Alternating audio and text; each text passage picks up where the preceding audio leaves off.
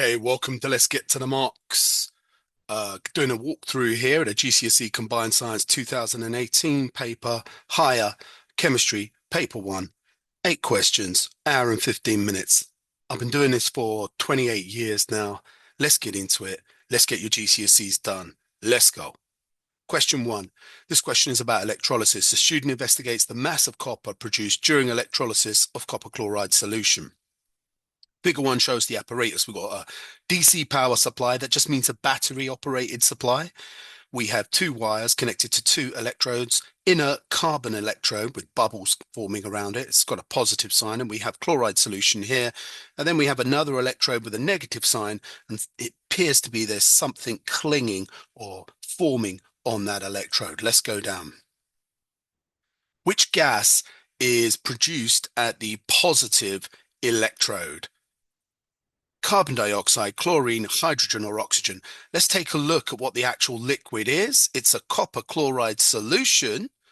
So what does that mean? That means that you have copper, and chlorine in AQ, which is aqueous. Now, what you need to understand about when you have a solution with this letters AQ, it means that you have two extra things in there. So we've got copper atoms, or copper ions, sorry, floating around in there, and we have chloride ions floating around in there. But we also have H2O, and H2O is made up of H plus ions and OH minus ions. And it's asking us what is formed at the positive. Well, only two of these can be attracted to the positive. We've got the chlorine here, and we've got the hydroxide here. Now, whenever there's a halogen present, when you have a choice between the chloride ions or the hydroxide ions, it's the halogen that is going to form here. So the chloride ions are going to go here, and that is going to form chlorine gas. And they're going to come out as chlorine gas. Hydroxide ions are also in there, and they also want to get over to the positive because opposites attract. They want to get over there and lose their electrons, so they want to be oxidized by losing their electrons. However, in the presence of a group 7 element, the group 7 element will always be the one that beats the other negative ion to the positive electrode. So the answer here is chlorine. You could have gone with it as in, look, the name's copper chloride solution. I'm going to go chlorine. That would have been a sensible way to do it as well if you don't fully understand electrolysis. All right, let's zing on. 1.2, copper is produced at the negative electrode, the cathode. What does this tell you about the reactivity of copper? So if I go back up, I'm just going to go back up to the diagram here. When we're dealing with solutions, there's a rule at the cathode. The cathode over here attracts positive ions. So it attracts the positive things. Now, once again, if I break down copper chloride solution, yes, it's got copper. That's the positive metal ion. Yes, it's got chloride ions. That's negative. They're not going to go there because they'll be repelled. The solution is made up of hydrogen ions, which are positive, and hydroxide ions. Again, the hydroxide ions are not going to go to the cathode because it's got a negative charge. They would be pushed away, like charges repel. But this hydrogen ion might want to go there as well. Now, there is a rule when you're looking at which positive ion goes to the negative electrode, the cathode, there's a rule. The rule is it will always be hydrogen ions that go there unless a less reactive metal is present, such as copper, silver, or gold. In this case, we've got copper ions.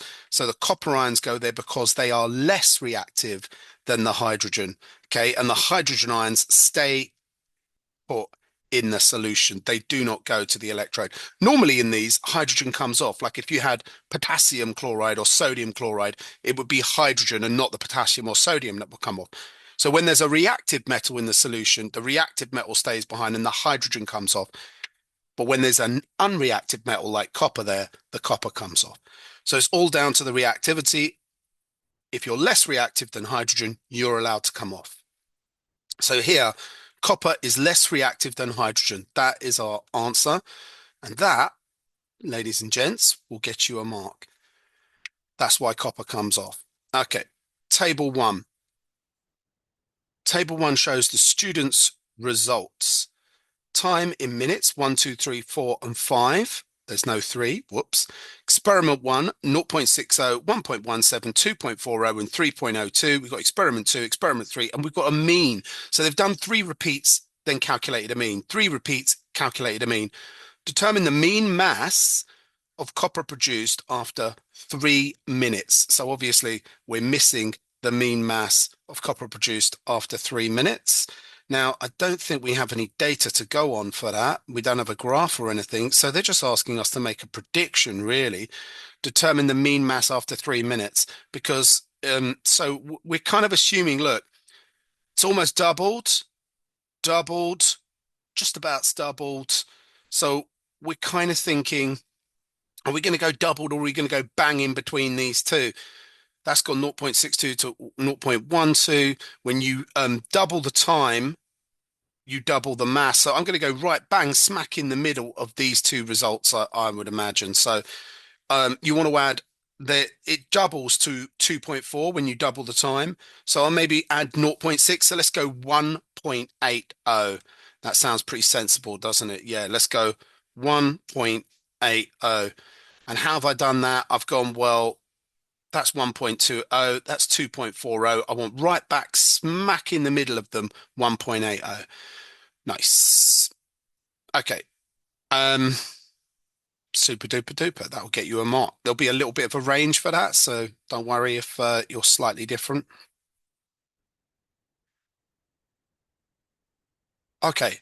Calculate the mass of X of copper produced in the experiment 2 after 5 minutes, and it's worth 2 marks. Use table 1 on page 3. So here we are. We've got a missing mass for X. Well, what they've done is when you calculate the mean, you add up experiment 1, 2, and 3, divide by 3, and that equals the mean. So what they've done here is they've gone 3.02 plus, let's call it X, and then they've gone plus 3.01, and then they've divided by 3, and that equals 3.06.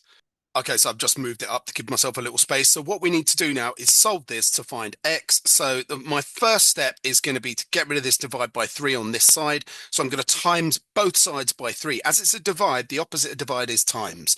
So when you want to get rid of something on one side, you do the opposite to it. So times both sides by 3. And if we times both sides by 3, we're going to get rid of the 3 there, and we're going to be left with 3.02 plus X plus 3.01. That should have been a capital X there, but never mooned. And then that is going to equal, what's 3 times 3.06? You might need to bust out your calculator here. It's 9.18. So we've now got rid of that divide by 3 by timesing both sides by 3. Okay, that's got rid of that divide by 3. Now what I want to do is get rid of each of these. So first of all, I'm going to take away 3.02 from both sides, take away 3.02 both sides. So take that away from both sides. What you're going to get, we're going to be left with X plus 3.01 is equal to, what's 9.18 take away 3.02? Let's smash that in the calculator because I'm too thick to do that myself. So bum bum bum bum bum on why bother when you have a calculator. That equals 6.16. So there we go. We're nearly there. We just need to get rid of this 3.01. Now, what you do to one side, you've got to do to the other side. So now take away minus 3.01 from both sides. Bish, bash, bosh. And you're going to end up with X is equal, even I can do this, that is going to be 3.15. X is equal to 3.15. And there we go. That's how we've solved that one. So let's bust that out there. 3.15.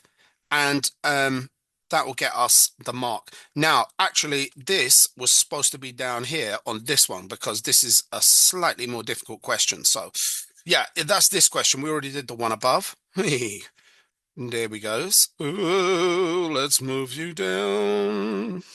There we go. 3.15 is the mass of X. So we've zinged that, solved it all. Bish bash. Let's move on. Okay, we're on to whatever the hell this is. 1.5. The copper chloride solution used in the investigation had 3 grams per decimeter cubed.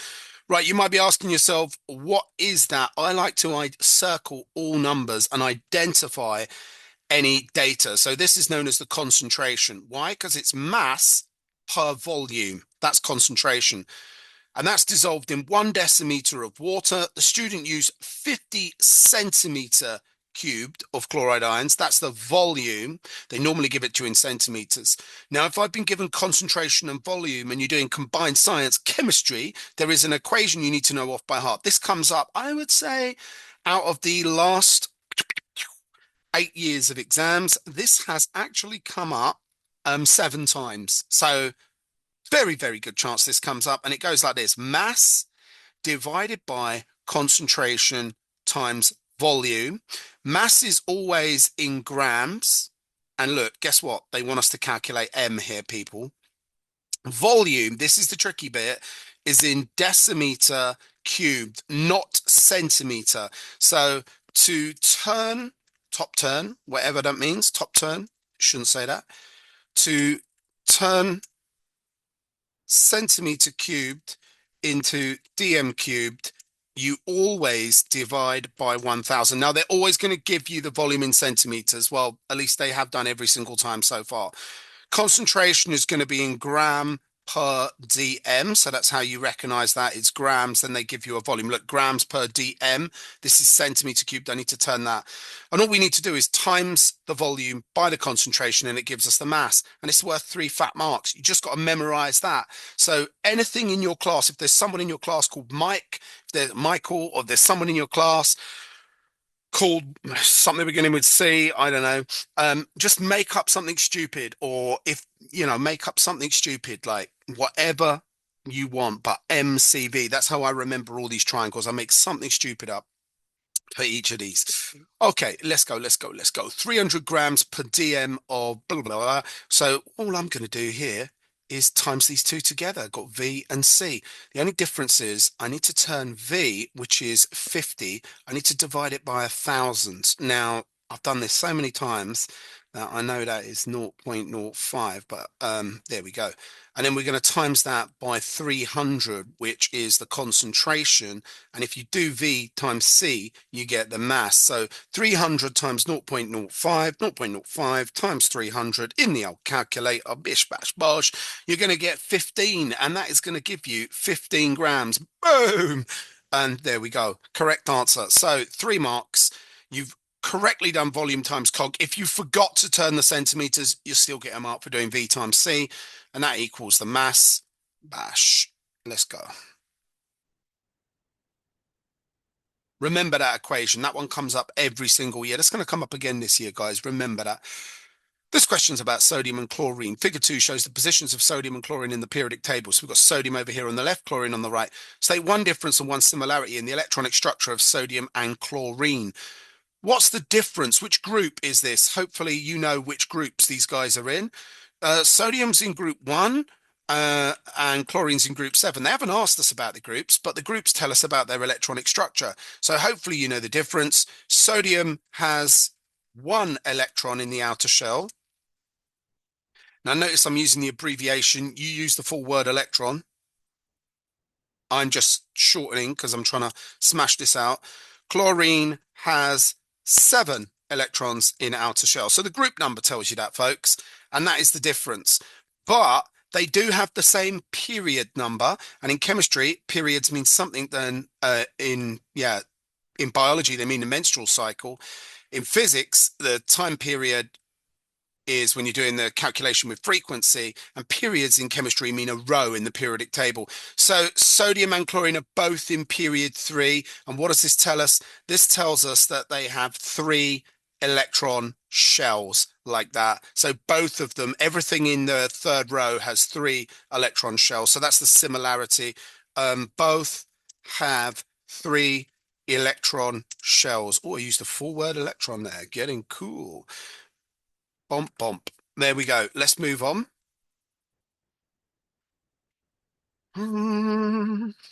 2.2, sodium atoms react with chlorine atoms to produce sodium chloride. Describe what happens when a sodium atom reacts with a chlorine atom. Write about electron transfer in your answer. This again, peeps, out of the last 8 years, this has come up. This has come up probably about 6 times. So it's a very popular question. So you must know how to answer this. It is absolutely vital you know how to answer this. Talk about electron transfer. It's between sodium and chlorine to become sodium chloride. First thing to spot, this is an ionic compound. They asked this about ionic compounds. How do I know this is ionic? Well, I've got metal and non-metal. That's how I know it's ionic. It tells you electron transfer. You only get that in ionic bonding. You don't get electron transfer. You get electron sharing in covalent. So we know it's ionic. Who's giving electrons to who? Well, sodium's in group 1. We already established that in the periodic table. Chlorine's in group 7. So really, you just got to kind of think about what's going on. Now you're putting it in words, so you don't need to do a diagram, but there's sodium, there's chlorine, and chlorine has got 7, sodium's got 1. So all we need to do here, folks, is say sodium is giving 1 electron to chlorine. They both end up with full outer shells. They become ions. Sodium becomes a positive ion, chlorine a negative ion, and that should get us all the marks. So you kind of, it's so nice for marks, this one, because you say sodium gives, if you say sodium gives electron to chlorine, that's 2 marks. So sodium gives away 1 electron to chlorine atom. That is 2 marks in itself, just by getting correct that electrons have been transferred from sodium to chlorine, and it was 1. Is 2 marks. Sometimes it'll be like magnesium chloride, and you need to, magnesium's in group 2. It gives 2 electrons, 1 to each chlorine atom, and that's harder. So you'd say magnesium gives away 2 electrons to chlorine. So that's slightly different because you've got to get the number of electrons right, but it's dead easy here because it's just 1. Sodium gives away 1 electron to chlorine. They form ions with full outer shells. Okay, if we wanted, we could give their electronic structure. Do we really want to bother? It's 2, 8, 8. And this bad boy is going to be 2, 8. If you really want to do that, you can do that. That might be on the mark scheme. And sodium becomes a positive ion. So that's Na plus. And what can we say about chlorine? Chlorine becomes a negative ion, and you don't need to write all that. You can just write Na plus and Cl minus, and the examiner will know you know the coup.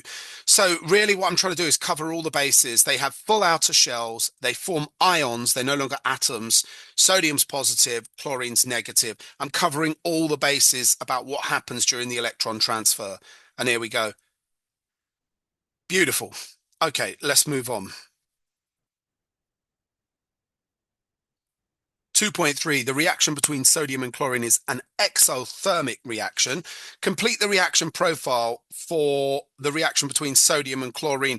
Now, if you're doing combined science, they literally, I think, once in 8 years, is it 8 years? 2018, 19, 20, 21, 22, 23, 24, 7 years. I keep saying 8 years. It will be 8 years this summer. So once in 7 exams, only once have they asked for an endothermic. The rest have been exo. So definitely learn exothermic first, but maybe that means they'll ask endo this time. But anyway, complete this reaction profile for 2 marks. They've already given us the reactants. You've got progress of reaction here, energy here. Down the bottom here, we're going to put products, okay? And we're going to make it lower. So when it's exothermic, the products are lower. And this is the easy one to do. You just do a camel's hump, and then we go down, boom, like that. And reactants higher than products. Now, it doesn't really say what else you need to do. So that is probably both marks, but I'm going to fill the whole thing in for you. That's the 2 marks they're looking for, because they haven't said label the activation energy, label the overall energy. But just in case they say label the activation energy, you want an arrow going up here, and this is AE, activation energy, and an arrow if it's exothermic going down because the energy has dropped. And this is the energy change of the reaction. I'm just going to write energy change. You don't really use the symbol for energy change. Now, if you were doing a higher level, the symbol for energy change is just a little triangle with an H, but you're not doing that GCSE. You're not expected to know that. That's the symbol for energy change. So you can just write that. So there we go. That is the full thing. Now let's move on. You actually only need the hump and the products to be lower than the reactants. Right, let's move on. Question 3. A student plans a method to prepare pure crystals of copper sulfate. The student's method is add 1 spatula of calcium carbonate to dilute hydrochloric acid in a beaker. When the fizzing stops, heat the solution with a Bunsen burner until all the liquid is gone. The method contains several errors and does not produce copper sulfate crystals. Explain the improvements the student should make to the method so that pure crystals of copper sulfate are produced.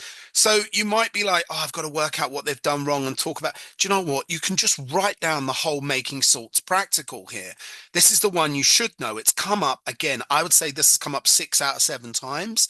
It's the how to make salts practical. So let's smash it out and you can see what the errors are. But yeah, they want to make copper sulfate. So we've got 3 bases of our choice to make copper sulfate. They use calcium carbonate, which is a little bit dumb. What they should have used is copper carbonate. Now, could they use something else? Yes, they could have used copper oxide or copper hydroxide. I'm just going to use copper carbonate, but they could have used copper hydroxide or copper oxide. Any base containing copper if you want to make copper sulfate. Now, if you want to make a sulfate salt, which acid should you make? Think about the name sulfate. You should use sulfuric acid. So we're going to take copper carbonate and sulfuric acid, mix them together and warm them. We want to warm them gently.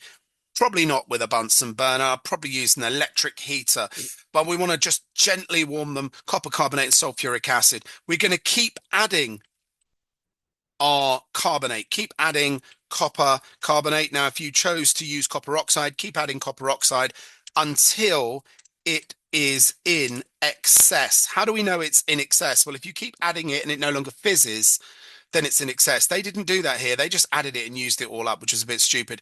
And they used the wrong acid as well. They used hydrochloric acid. In fact, their method is going to make calcium chloride, but it's not going to use up all the acid. It's going to be contaminated with hydrochloric acid because they didn't add till excess. So keep adding copper carbonate until it is in excess. How do we know it's in excess? The copper carbonate will no longer fizz when added.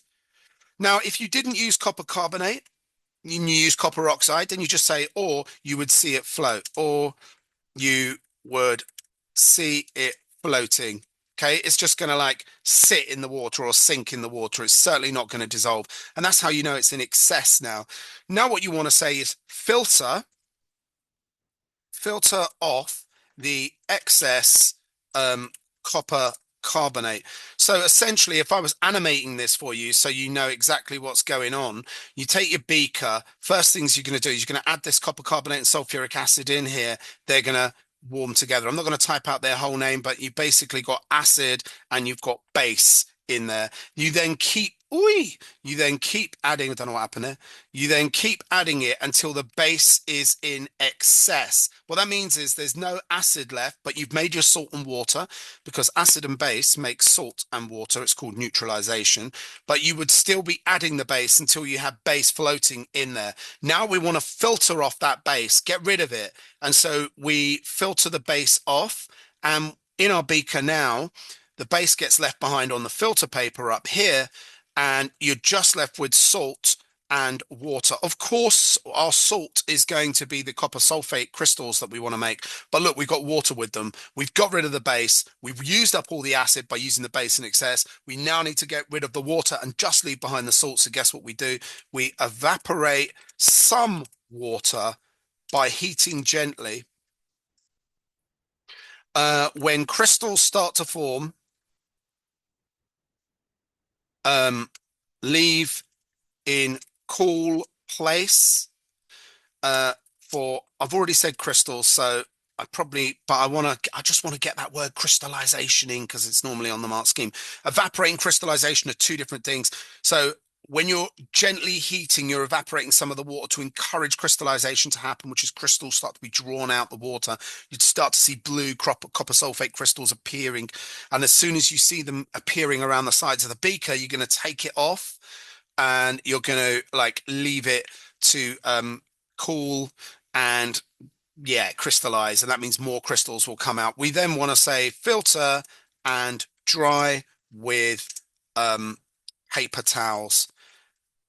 And that is going to get you a pure, dry copper sulfate crystals. And that is going to get you all of the marks. Now, what mistakes did they do? They added calcium carbonate. They should have added copper carbonate. They used hydrochloric acid. They should have used sulfuric acid. So, for instance, just by telling them the correct things, we're going to do that. They didn't add to excess. So we said add until excess. And yeah, that was pretty poor. And then we filtered off the excess, we evaporated the water, we crystallized, and then we dried. So there's actually loads of marks there. And there we go. All right, guys, let's move on. No, learn that one off by heart. It's come up nearly every year, and it's really easy practical to learn off by heart on a revision card. This question's about halogens. Write the state symbol for chlorine at room temperature. So the halogens are like fluorine, chlorine, bromine, and iodine. Now, what's beautiful about the halogens and astatine, what's astatine? Is it AT? I think so. And what's beautiful about them is they show all, it's group 7, so it's why they get you to learn it at GCSE. They have lovely colors, but they also show the complete phases of gas to liquid to solid. So this is a gas, this is a gas, this is a liquid, this is a solid, this is a solid. So chlorine is a gas at room temperature. Figure 4 represents one molecule of fluorine, that's up here. Complete the dot and cross diagram on figure 4. You should only show the electrons in the outer shells. Well, if you know that it's in group 7, then you should know that that means it has 7 electrons in the outer shell. And yes, you do get a periodic table in your exam. So we just want to draw 7 electrons in the outer shell, but they both want 8, so they've got to share 1. So probably all, this is probably the easiest marks you can get. Like most of the students that I teach, they just know this stuff. I never have to teach them. There is a variation here, guys. And both are allowed. So I'm going to show you the 2 different ways. Some people put the electrons on the ring to show, look, that cross comes from this fluorine and this circle comes from this fluorine, and they're sharing them like that. But some teachers prefer this. Both are acceptable. Some people prefer this. They put that one there and that one there just in the space. So it's totally up to you what you want to do, whether you want to keep it on the ring or just sort of move them both in the space, the 2 shared ones. And of course, a covalent bond is a shared pair of electrons between nuclei, positive nuclei, and that is plural for the nucleus. Notice there's a nucleus there, and the shared electrons in between. Anywho, 2 marks. Lovely bubbly. Let's move on. Lovely jubbly bubbly. Let's go. 4.3, a fluorine atom can be represented as 19 with a 9 and an F. Lovely. What is the total number of electrons in the fluorine molecule F2? First of all, we need to know that the 9 here is the atomic number, and this is number of protons. Not that, but it also is the number of electrons in an atom. Number of protons, but that equals number of electrons in an atom, not in an ion. So the reason why we say it's the number of protons is because you could have a fluoride ion which has an extra electron. It has 10 electrons, but we're looking at a fluorine atom here which has 9 electrons. Okay, but so the number of electrons can change. The number of protons in an element never changes. So if you change the protons, you change the element. There is no fluorine in the entire universe with a different number of protons than 9, but there is a fluorine in the universe with a different number of electrons than 9. So that's why we say the atomic number is the proton number, because that never changes for that atom.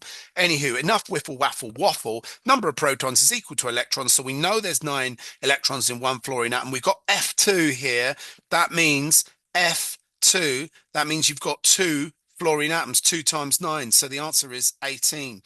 Now, aluminium reacts with bromine to produce aluminium bromide. Complete the balanced chemical equation for this reaction.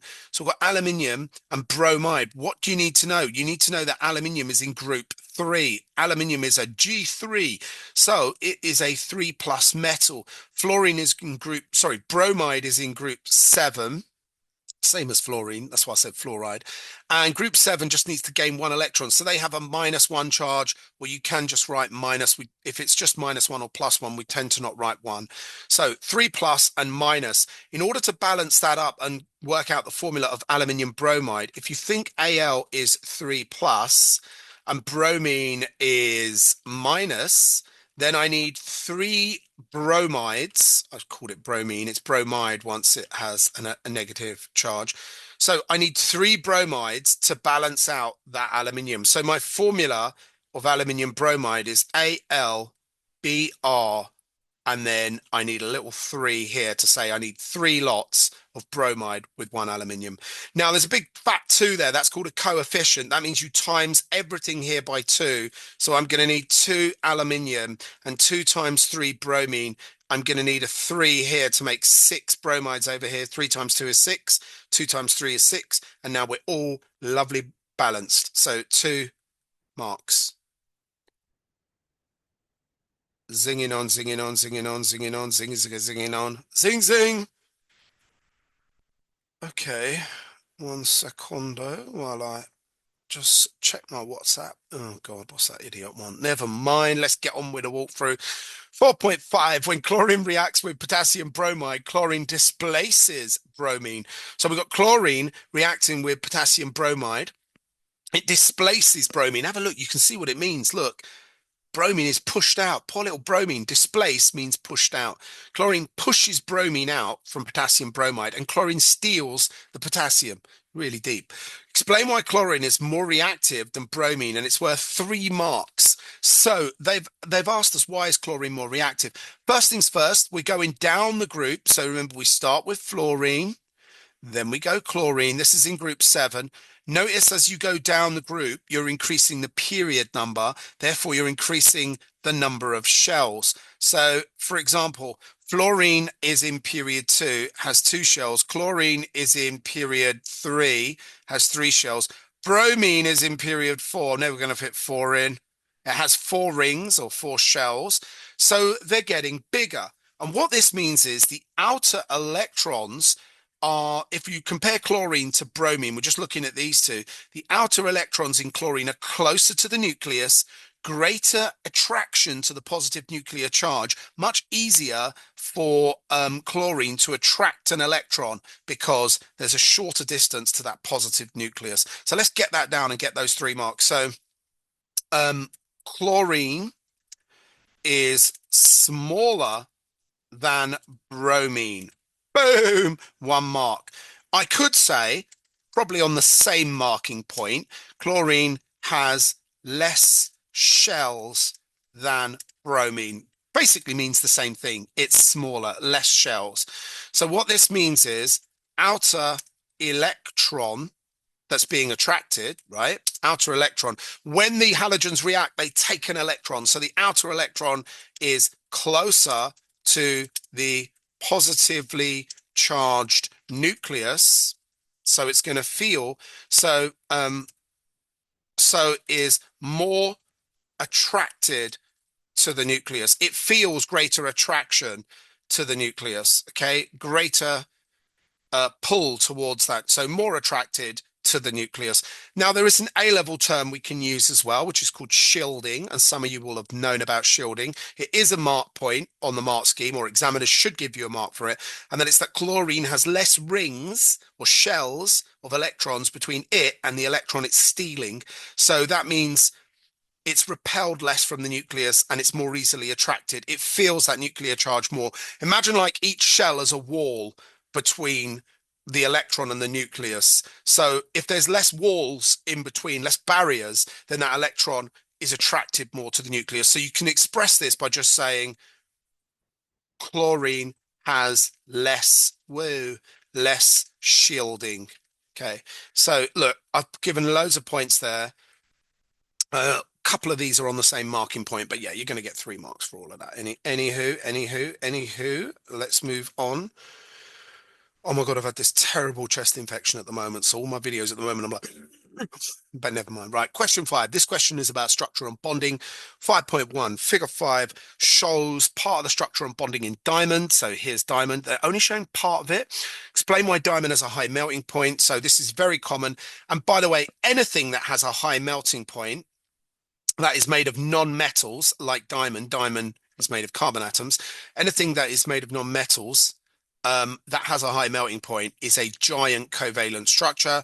So we want to say it is a giant, not a gaint, it is a giant covalent structure. Now, just the word giant is often a mark on its own.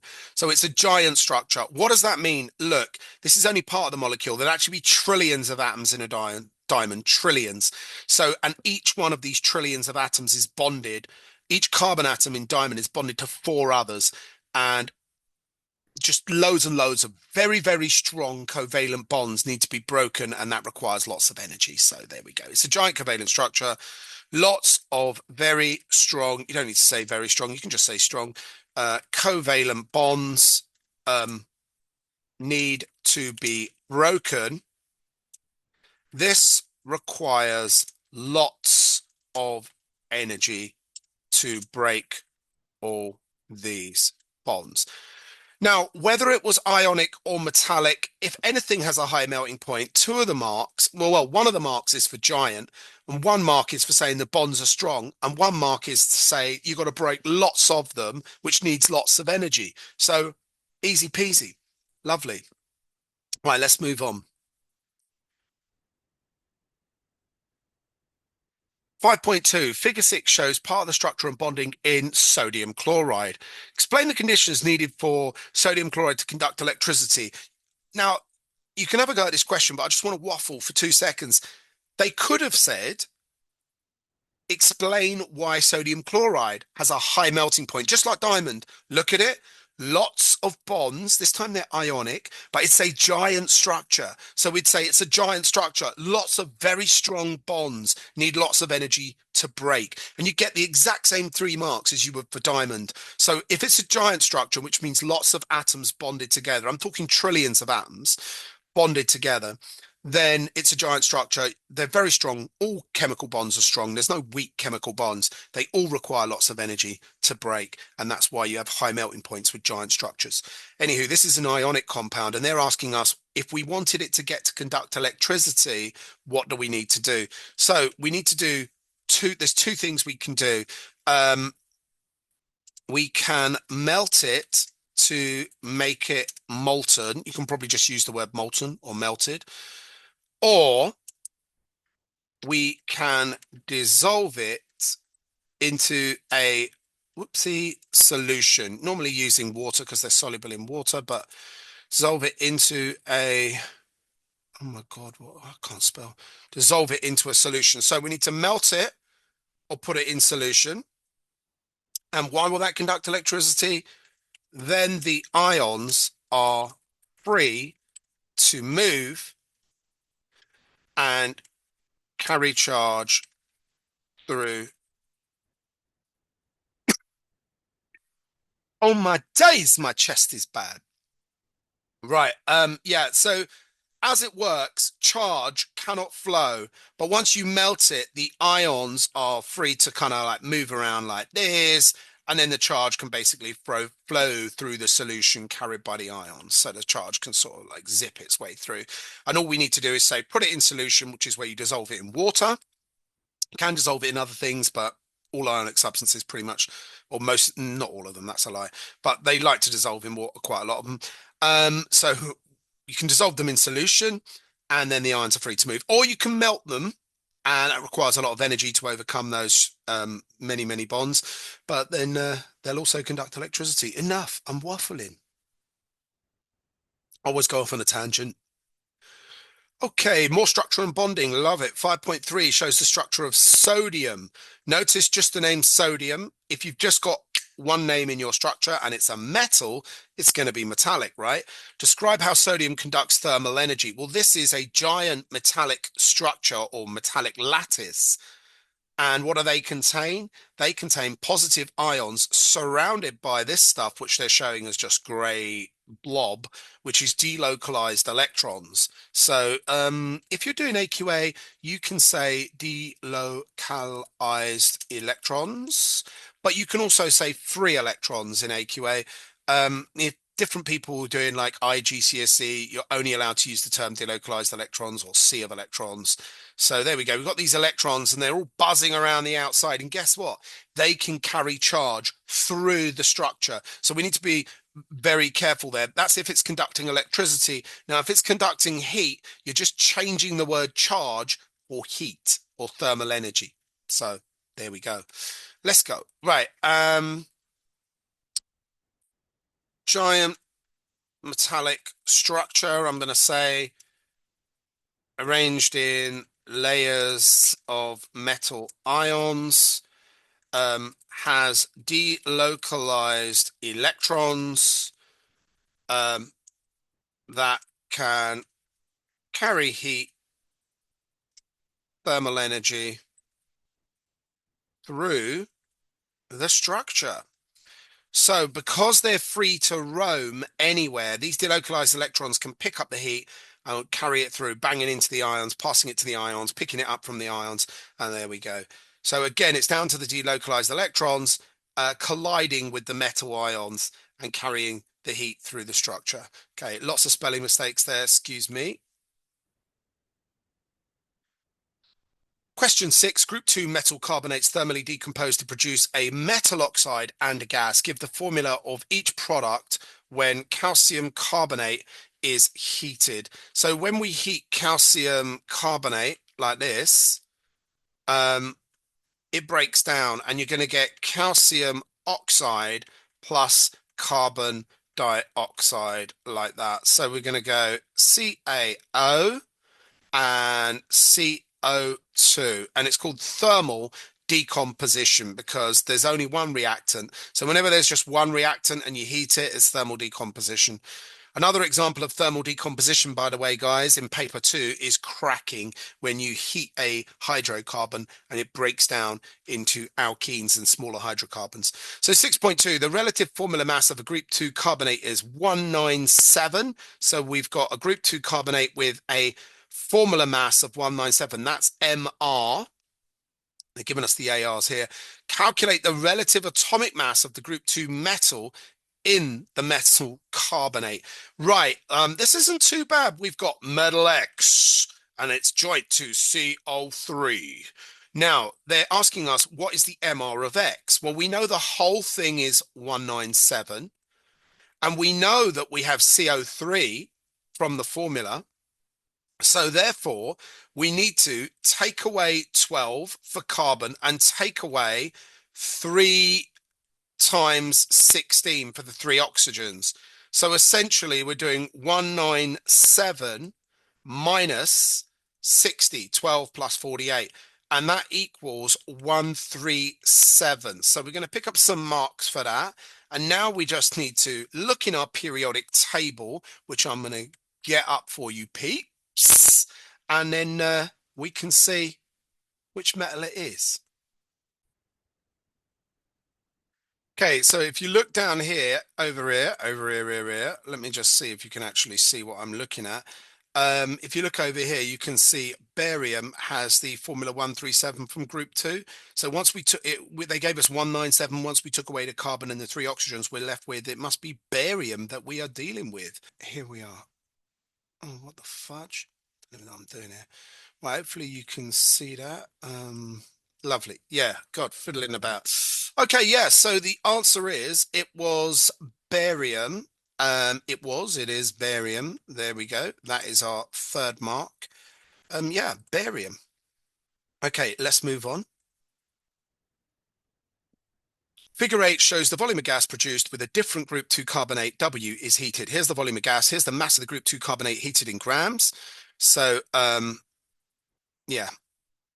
calculate the gradient of the line in figure 8, give the unit. That's nice and easy, isn't it? We just got to calculate the gradient. You can pick anywhere on here to calculate the gradient because it's a straight line. So I'm going to pick where it's nice and easy for me to do it. And I look here, 1 to 1.5. Look, I can do a straight line there and then a straight line down. And I need to calculate the gradient, you're doing the change in y, which is the vertical part, over the change in x, and that will give you the gradient. So the gradient of something is equal to change in y divided by change in x. Okay. Don't worry about saying negative or any of that crap. Right, what have we got to do? I've got to work out what this is. This is 1 to 1.5. So my change in x is nice and easy. 1 to 1.5. So I've got a 0.5 is my x. So I know that I'm going to do 0.5. That is my x. And now I need to work out the change in y. This is the trickier bit because this is going up 200. Now, how much is each square worth on the y-axis? Well, there's 100 and there's 10 squares. I need to do 100 divided by 10. So each square is worth 10. So I have how many little squares? 1, 2, 3, 4, 5, 6, 7, 8. So it's 80. So I've got 80y over 0.5. So let's do that. 80 divided by 0.5. My gradient is 160. And what are the units? Well, what did you divide? 80 y was in centimeter cubed. And what was the unit for x? It's over here. It was in grams. So this one was centimeter cubed and this is grams. So all you need to do when you write the unit is go 160, because it's 80 over 0.5. That, by the way, equaled 160. And then I need to write what I divided and by what. So 160 centimeter cubed per gram. Okay, and that is how we work out the gradient, y over x, 160 centimeter cubed per gram. You might be tempted to write grams per centimeter cubed, but you're going to write exactly what you divided. We divided y, which is the vertical bit, by x, and so we divided the centimeters by the grams. So that's the way we write it. So we've got 24 decimeters of gas produced when 1 mole of a group 2 carbonate is heated. Determine the relative formula mass of the group 2 carbonate W. Okay, this is the way that I would do it, but there are several ways to skin a cat. So 24,000 centimeters in 24 decimeters, because each decimeter is worth 1,000 centimeters. So I go 24 times 1,000 equals 24,000 centimeters. I'm then going to use our little gradient from the graph, right? So we know that 160 centimeter cubed, according to my results, 160 centimeter cubed were released for every gram. So if I divide 24,000 by 160 centimeter cubed, I'm going to get 150 grams, right? And that's how many grams would have released, because 160 released 1 gram. So 24,000 over 100, 24,000 are going to release 150 grams. And it said it's 1 mole. So if I have 1 mole of the carbonate, just 1 mole, and that 1 mole is equal to 150 grams, it's basically telling me the MR is equal to 150, and that's going to get you all 4 marks. Oh, this cold is killing me. Question 7. A scientist does 2 tests on 4 white solids. The solids are labeled A, B, C, and D. Test 1 adds the sample of the solid to distilled water and stirs. Test 2 measures the pH of the solution after test 1. Table 2 shows the results. Solid A was colorless. Appearance after stirring, no solid, and it had a pH of 14. B, colorless solution, no solid, pH 3. C, colorless solution with some solid remaining, pH 9. D, colorless liquid, solid remains, pH 7. These are the 4 solids. We've got magnesium oxide, phosphorus oxide, silicon dioxide, sodium oxide. Shows the solubility of the 4 solids in water. So we're going to be able to put together these tables and they're going to ask us to identify, I'm guessing. So magnesium oxide is not soluble at all, really. Phosphorus oxide is soluble. Silicon dioxide is totally insoluble, doesn't dissolve at all. And sodium oxide is very soluble. Right, let's go down and see what they're asking us. Basically, 6 marks. Identify solids A, B, and C, and D, and explain. So that's going to be nice and easy. I'm going to do that up here with the data rather than down there. So just going to show you this, Pete. Um, so let's. I'm going to do this one in pink for a laugh. Right. A scientist does two tests, blah, blah, blah, blah, blah. Okay. So we want to identify A, B, C, and D. Well, A, when it stirs, it's completely soluble. So A could be sodium oxide because that was soluble, and it could be phosphorus oxide because there was no solid, right? There would be solid. It can't be this one because hardly any of it dissolved. So A can either be phosphorus oxide or sodium oxide.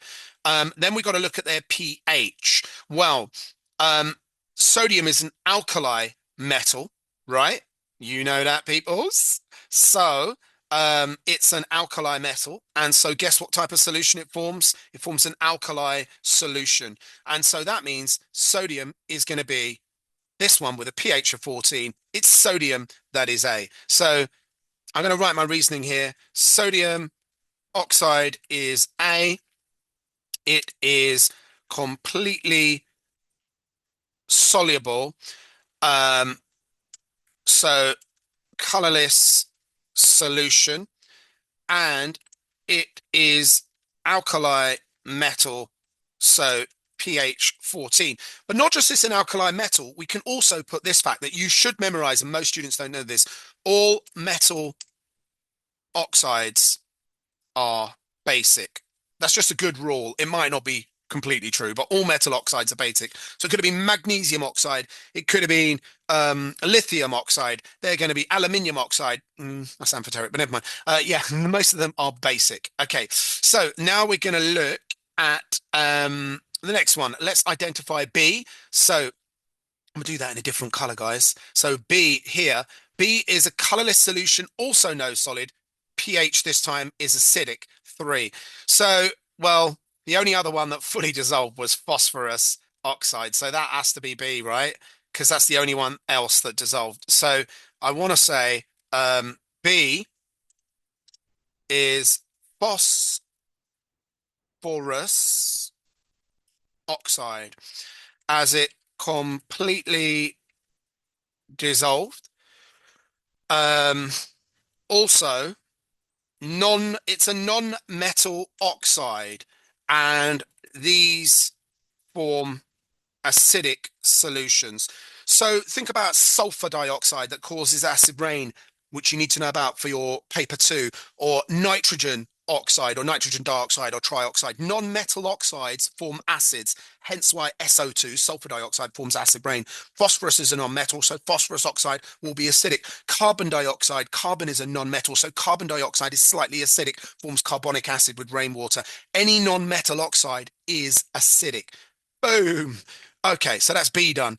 Now let's get on to C. We can do that in orange. Colorless solution, solid remains, pH 9. So we're going to go silicon dioxide, right? I'm going for as my C. Why? Because there's no solid, right? Solid remains, sorry. So it doesn't dissolve and its pH is 9. That's wrong, isn't it? Because pH 9 would be alkali. And I just told you that non-metals are acidic. So it can't be that one. So there we go. Check your working, dude. C, oh, I can still use orange. Don't know why I'm taking the orange off.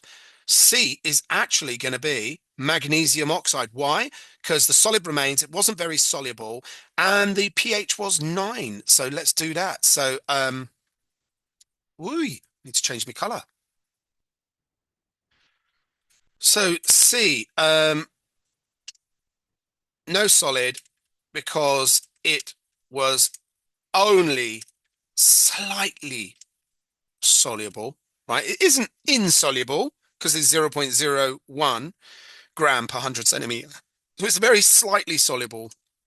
And as metal oxides form alkali solution.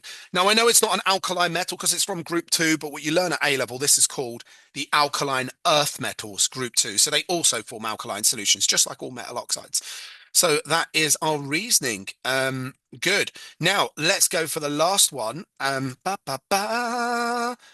should we use? Let's use blue. Okay. Now, silicon dioxide is this one, D. Why? Also no solid, but this time it had a neutral. Aha, Tom, you just gave us a big, dirty, fat lecture about how silicons are non-metal and non-metal oxides are acidic. Well, I'm going to explain, peeps. I'm going to explain. So D is silicon dioxide, not soluble. Um, why? pH 7. Um, normally, ah, normally non-metal oxides form acidic solutions. So we should be looking at pH. I'm going to move up here because I haven't got any space left down there. Normally, they form acidic solutions. So, however, this didn't form any solution because it didn't dissolve. However, it did not dissolve. So the pH is for the water. Obviously, they were dissolving it in water, stirring it in water. So the pH is measuring the pH of the water, which is pH 7, which is neutral. As it didn't dissolve, the pH measured here is the pH of the water, not of a solution. Okay, whereas here with the magnesium oxide, a tiny bit dissolved. So the water was made slightly alkaline. Anywho, that's our answer. Should bust out. Easy peasy peasy lemon squeezy. We should get all 6 fat marks.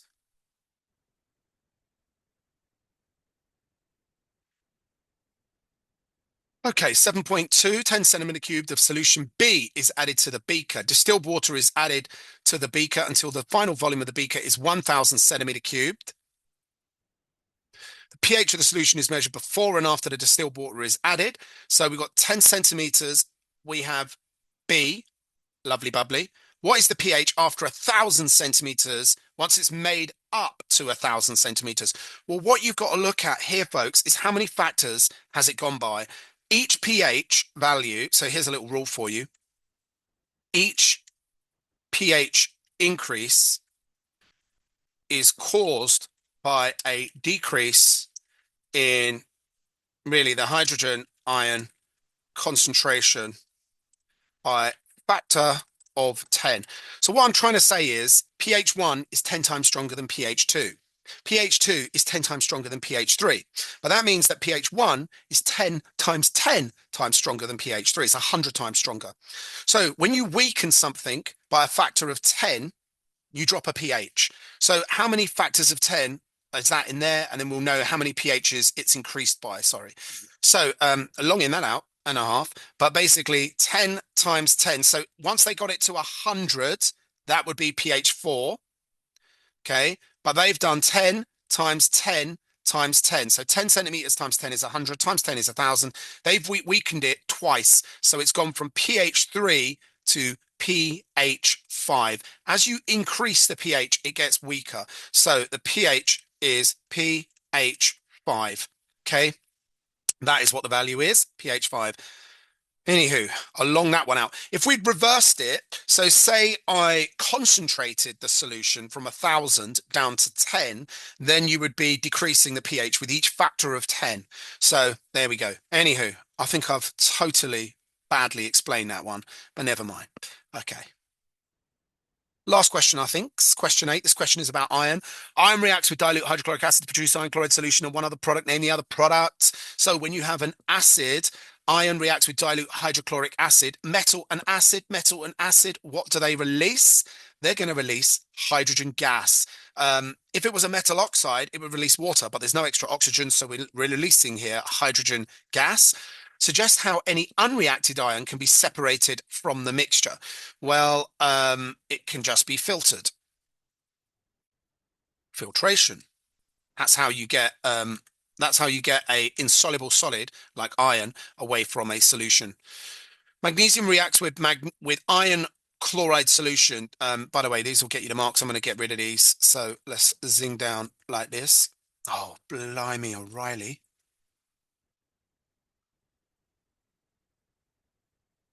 Make that bigger. Jeez, not that big. Never mind. Right, let's get into this one. Magnesium reacts with iron chloride solution. So what magnesium plus iron chloride goes to iron and magnesium chloride. It's a displacement reaction. Magnesium has pushed the iron out. 0.12 grams of magnesium reacts with excess iron chloride solution. Relative atomic masses. Calculate the iron produced in mg. Right, as soon as I see this, I'm reading through my equation. I see mass always circle your data and label. So I see mass, I see AR peoples. That means this is the most important equation in both A-level chemistry and in GCSE chemistry. Mass over MR, or AR if you prefer, times N, which is number of moles. So mass over the AR or MR times moles. So I've been given magnesium. They've told me how much mass of magnesium is. I've got the MR. I can work out the moles of magnesium. You'll always be given an equation in these because they want you to look at the coefficients. Okay. And I've got a coefficient here of 3 to 2. And you only need to worry about the things they've told you in the question. I don't need to look at that or look at that because they've mentioned magnesium and they've told me work out the mass of iron. So there's two things they've mentioned, iron on its own and magnesium. So I need the ratios of those. Let's get into it, guys. So I'm going to do 0.120, and that is grams. That's the mass. I'm doing mass divided by AR or MR, doesn't really matter which one, for the purposes of what we're doing, they're the same thing. So I'm going to do that, 0.120 over 24. So let's do it. And that gives me, I have 5 times 10 to the minus 3. If you prefer not to use standard form, that's just 0.005. Now that is the moles. I want to label it so I don't forget in what I've just calculated. That's my moles of magnesium, and you've just got on the board and you've cracked a mark. Okay, awesome. You're ahead of most of the country right now. So what we're doing next is looking at the ratio. So now use the ratio. You always, once you've calculated the moles, now use ratio.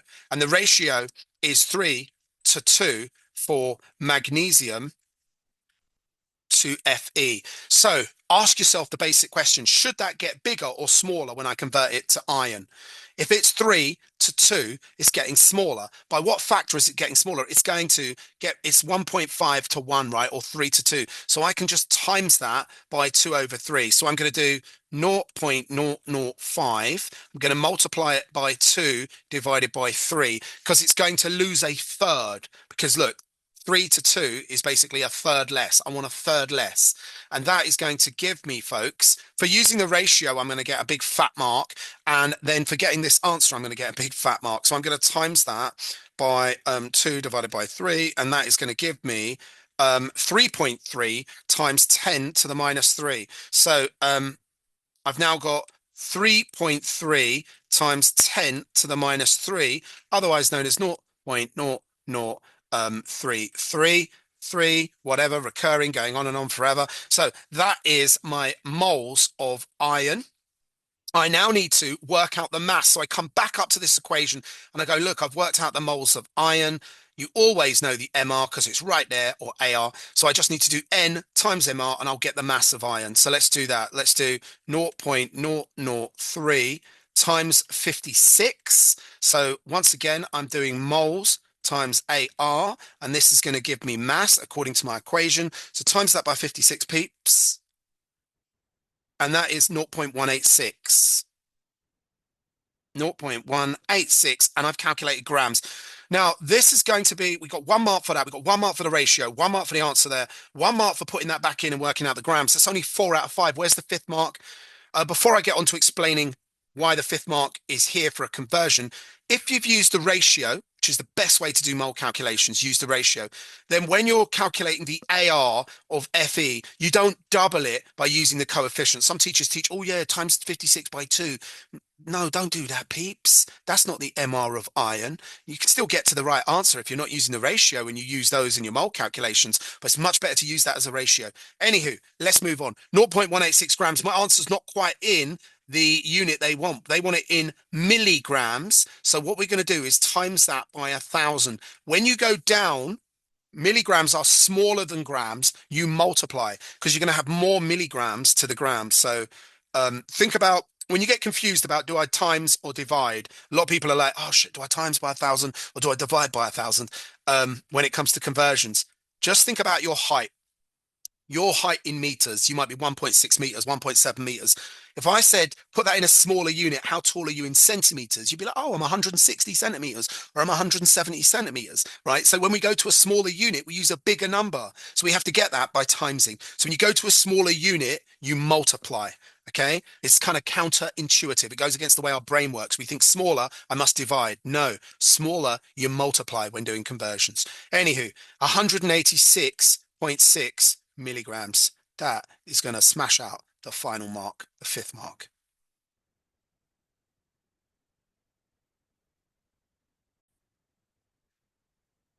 If we really want to get poncy with this, we can take this 186.6 milligrams and we can round that up. It doesn't say to like three significant figures, but if you were doing A level now, we always put our answers to three significant figures.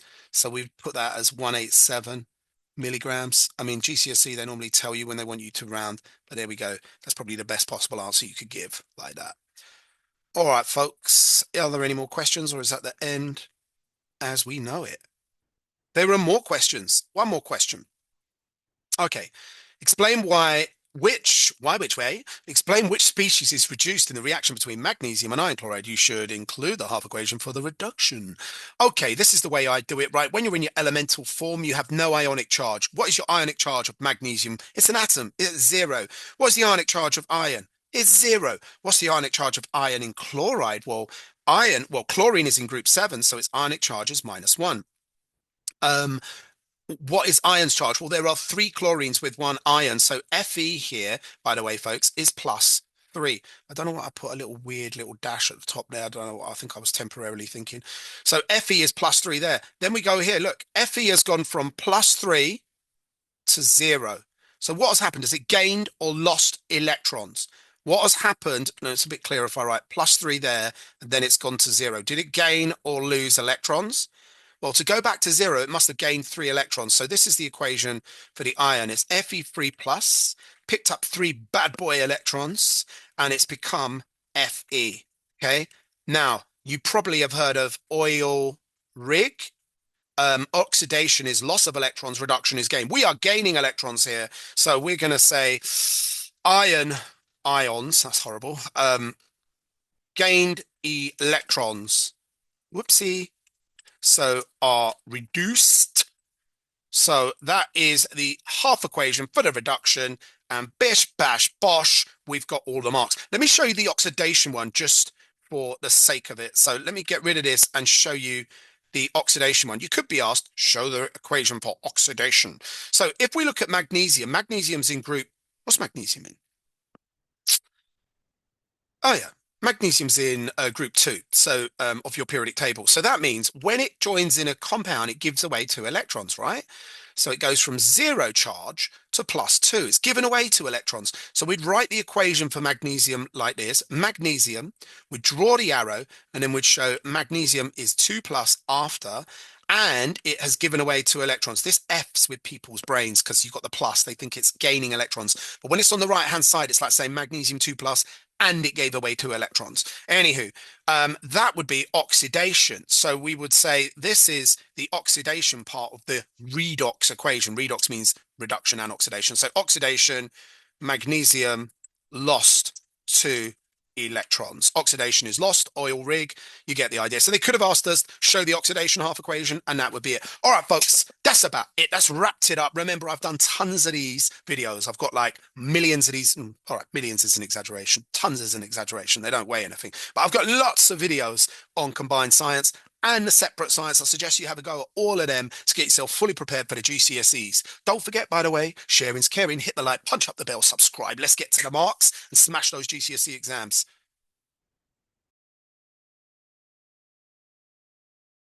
You're still here? It's over.